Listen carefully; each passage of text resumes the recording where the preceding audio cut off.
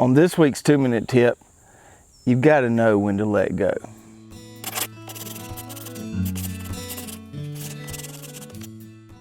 Behind me here, I've got our third succession planting of Gold Prize squash, which is a straight neck variety.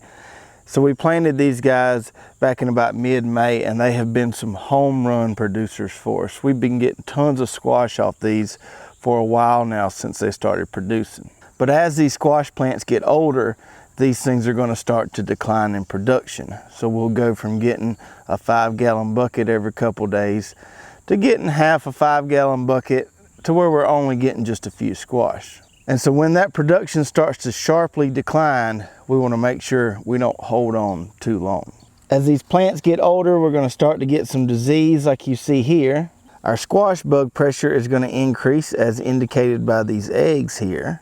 And we'll even start to see some of those pickle worms boring holes into the sides of our fruit here. Now we could leave these squash here and let them keep producing minimally until they're absolute toast. But that's going to do us a lot more harm than good.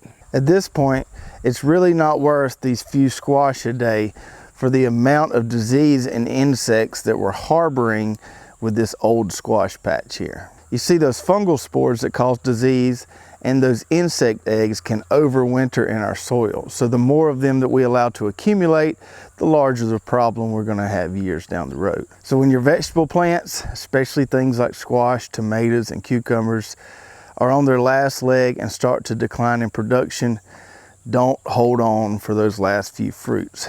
Pull up those plants and get them as far away from the garden as possible. Put them in a burn pile, throw them in the woods.